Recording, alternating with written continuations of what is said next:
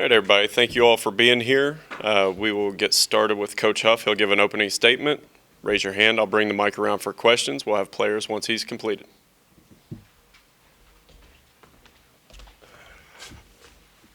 How's everybody doing? Really excited about a great opportunity to get into Game 2 of our Sun Belt Conference schedule. Looking forward to an unbelievable matchup against a really good football team, Georgia State.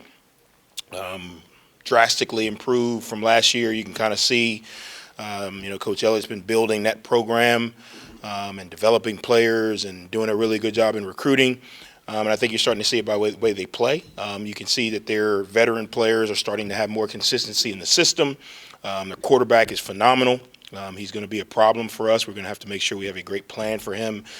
Their running back does a really good job. Usually when you have a mobile quarterback, the running back kind of benefits from that. They've got some receivers that, can get down the field, and some of the schemes they run, they do a really good job of stressing your coverage. And then defensively, they've got some really good players up front on the D-line and linebacker level that are going to cause some issues for us. Just making sure we're blocked the right way, we're pointed the right way, that we're able to run the ball and throw the ball consistently, all of those things. They play really hard on special teams as well. Special teams has been an area that's kind of gotten better for us, as the season's going on, but it's going to be a challenge this week. So really looking forward to it. 342 days since I had to stand at the podium after a loss. Again, I told the players, when you have a team or a program that expects to win, those type of things happen. Just because you expect to win doesn't mean you always win, but it's the character, it's the culture, it's the approach that you have when you win or when you lose. I thought we probably unintentionally lost respect for the things you need to do to win consistently, because we had gotten by with making some mistakes and you win. You make some mistakes and you win. It's kind of like, when you're growing up, your mom says, don't touch the stove, and you touch it, but it's not on, and then you go touch it again and it's hot. So hopefully we learn from that. We've got to continue to improve. I think the players had a really good attitude when they came in on Sunday for their rehab and those type of things. Had a really good practice yesterday. Got to have another one today. So with that, open up with questions.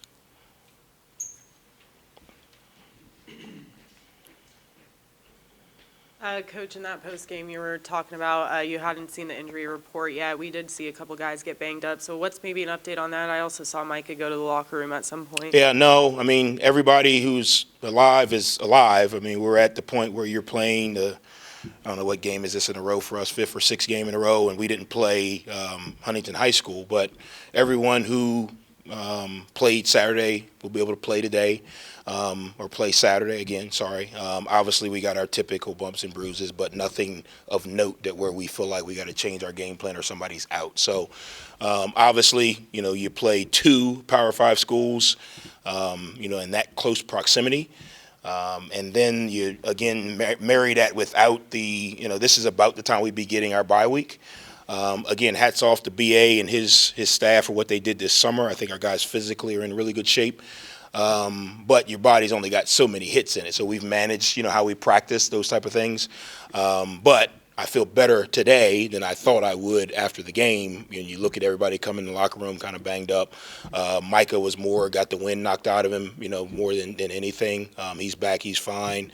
Other than that, some guys got some, bumps and bruises in game, but nothing of note, if that makes sense.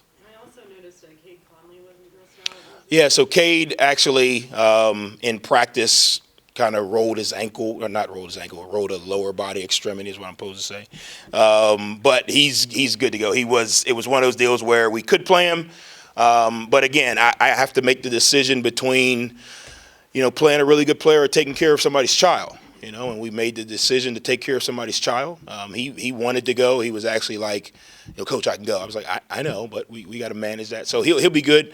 Wasn't as bad as we thought it was. But the extra time kind of gave him a little bit better head start on it. So feel really good about where he's at. And kind of feel really good about when we got back and got in Sunday. I was concerned because those guys were hitting. I don't know if you realized that. They were hitting really, really hard. I was more concerned after the game than Sunday when we got everybody back and, trainers came back and said, no, everybody's good. So, again, hats off to BA and his off-season work. Hats off to our players for taking care of their bodies, doing the right things, getting in the training room this summer before, even when you aren't, quote unquote, sore or hurt, you go in there to do your maintenance. So actually, I feel really good about it. Coach, with the quarterback you're going to see Saturday, Granger, is he as good as anybody you've played against this year? Just as you go through yeah, it? he's probably obviously we've played some guys who are mobile. But when you talk about pure athleticism and speed and quick twitch, he's probably, at the top of the list. I thought Drones challenged us, but he was a little bit more of a bigger physical runner. Granger's got a little bit more quick twitch. They've all thrown very well. He throws very well. I think the one thing that's improved drastically from last year with him is he throws the ball a lot better. Last year it was more sprint outs, it was more, kind of rollouts, but now he's standing in the pocket, he's concepting, he's throwing the ball down the field, he's taking off when he needs to. He's playing quarterback. He's not just out there playing athlete. And those are the ones that kind of give you, lose sleep at night because he's truly playing quarterback. I mean, he's going through his progressions, he's going through his reads, and he can take off. Sometimes when you play a quarterback just takes off, it's like, oh, great, we know he's going to take off and run. So, you rush 3 steps and sit it down. But he's going through progressions. He's, obviously he's running the read zone, which, creates some issues because now when he pulls it, he's as much of a threat to go to distance as a running back. So we got to have a really good plan. We got a good plan. Obviously, we've played him in the past, so we've got some familiarity with, his skill set. I think he's improved. I think the running back has developed really well. He runs hard. He runs low. He's quick. Breaks a lot of tackles. So we're going to have to do a really good job. Tackling has been one of the things that's shown up for us, that's hurt us. We got to do a really good job of that. You mentioned 340 whatever odd 42. days. 42. There you Yep. go. That's one stat I don't keep track of. But how have the guys responded to that loss, and have you been pleased with how they've kind of processed it? They've actually been pissed off about it, because they didn't feel like they got beat. They felt like, yes, don't get me wrong, NC State played a heck of a game and then they won the game, but they felt like we missed some opportunities, and when you put the work in like these guys have and you put the hours in and the commitment, if you're going to go out, beat us. Don't just let us feel like, hey, we missed opportunities. And don't get me wrong, NC State created some of those opportunities. They took advantage of some of our missed opportunities.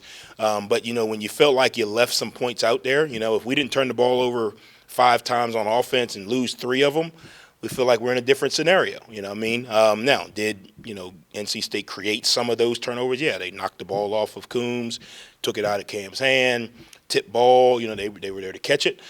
So those type of deals, the 2 long explosive plays we had, poor eye violation on one, half of a second too quick to add on by another, So those are situations where, okay, if he just covers a guy, maybe he catches it, maybe he doesn't, but at least he's probably not running wide open. So you kind of feel like you missed an opportunity, and that was kind of the mode, And I told him, being pissed off is an action. You have to do something about it. Being mad is an emotion. So the action is we got to come out, we got to fix those things. We got to come out with a really good plan this week. We got to go back to the process and start over with a really good week of preparation, really good, go out and play really hard, play really well and consistent on Saturday. And no disrespect, Georgia State doesn't care that you lost. They don't. They had a bye week, so I'm sure their injury report looks a lot better, after a bye week as we would. But they don't care. And that's not disrespecting them, but they want to beat us too. So we had to come back in, watch the film, point out the things we need to get better at. We did some really good things. I think I would be surprised if NC State's defense is not in the top 25 when it's all said and done. And offensively put up 34 points, scored 41. Pretty good. Not good enough. So how do we build on that is, kind of the focus. Speaking of defense, you said last week that you'd have to get to the stadium earlier because they were going to be on you since the bus.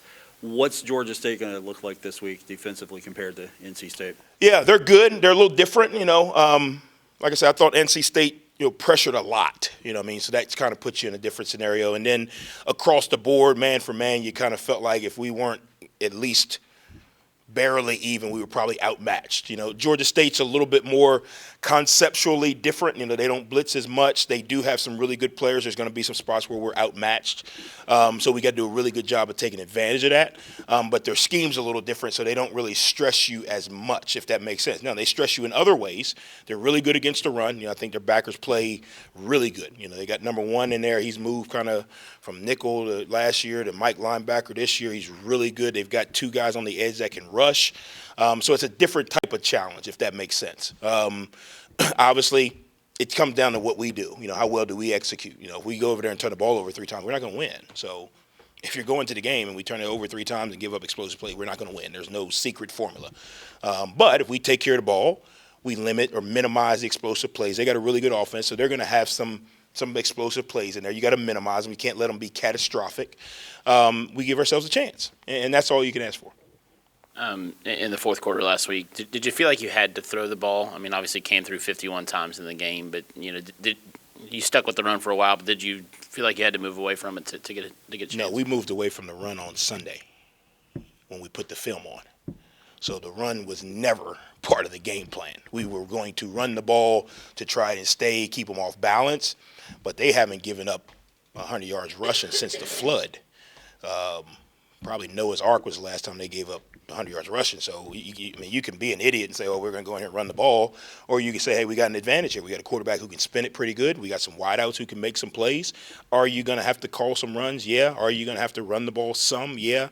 But we didn't go into the game thinking we were going to run for 350 yards. I told Ali, on Sunday when we put the film on, I said, look, if you think you're going down here to Raleigh to set a world record in rushing, you should stay home. I said, but there's going to be an opportunity for you to affect the game in different ways, in the pass game. And, there's going to be some runs where you got to go get 4 and 5. But every week we look at it and we say, okay, what do they do well? If you do something really, really well, we're not going to try to, put a square peg in a round hole. We're going to find a way to do what we do well around that, if that makes sense. I don't know what team ran the ball for 100 yards on them. Maybe Notre Dame, and they broke a couple at the end, maybe. But they weren't giving up, run yardage. So we had to find other ways. Do we want to throw the ball 51 times? If we have to win, yeah, but that's not the plan. I think you could see it was a little one-sided, and that was the reason. We felt like our best opportunity was to get our guys in space, was to let Cam see the defense, see the blitz, see the coverage, deliver the ball to the right guy. I thought he did a really good job of it, getting the ball to the right guy. I'm sure he'd like to have 2 plays back.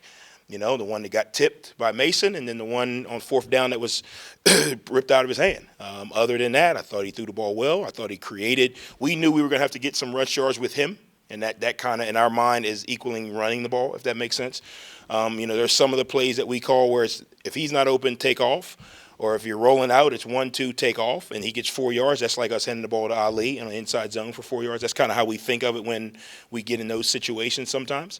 So I thought it was really good. I thought it was really good. Just too many missed opportunities. And when you say missed opportunities, it's, okay, he throws the ball to Coombs on the tunnel screen. The same play that Coombs scored on a week earlier.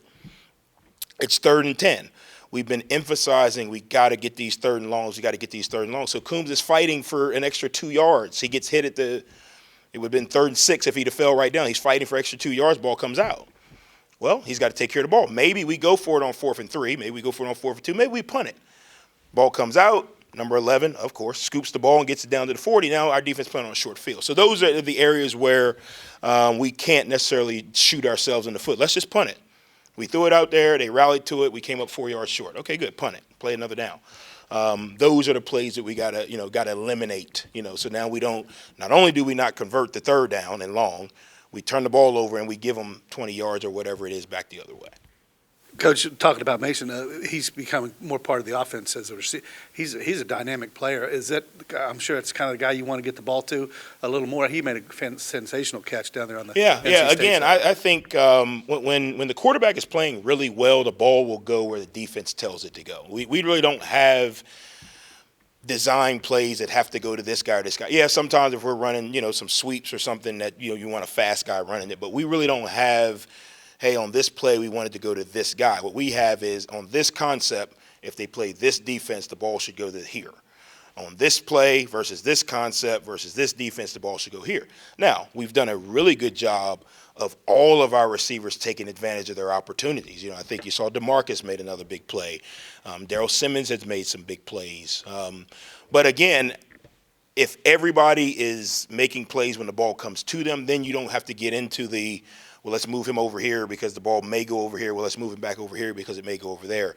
I think our receivers have done a really good job this year of, as a unit, playing really consistent. And they're going to have to continue to do that, moving forward for us to have success. Coach, even though you guys did come up short, we talked about last week starting fast and having that. It kind of felt like that was the energy out there down there in Raleigh. Did you feel that? Yeah, I thought, I thought we did everything. We talked about being intentionally focused on every moment down there. I thought we did everything well. I thought the last thing we talked about is crazy. The last thing we talked about is, hey, guys, Marshall cannot play Marshall today. Marshall is too good of a football team for us to play. And I thought for about 12 minutes in the game, we played ourselves. 2 busted coverages, turnovers, so you whatever that time is. But I thought about 12 minutes of the game, we lost focus on executing and doing what we need to do, and we started battling ourselves. We got some long runs. We got some eye violations on a wheel route. Now they get a touchdown. We got one guy that's a half a second quick on a green dog. We get another touchdown. We turn the ball over. I thought we were really, really close. That's where we got to find a way to focus in on that last 12 minutes. And it's not necessarily the fourth quarter or the first quarter. It's those moments in the middle of the game where it kind of looks like the wheels fall off and we get them back on. Probably happened a couple times in every game, where there's just moments or a series of plays or a quarter or a half where it just doesn't roll as smoothly as it should. Part of that's the opponent. Don't get me wrong. They do some good things.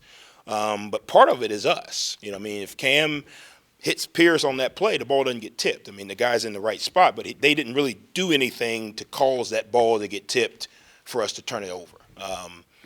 If we look at the right guy on the wheel route, well, he's got to make a catch with me near him now versus being wide open. So some of it is, us giving the opponent more opportunities to make those plays. Some of it is you play good opponents, man.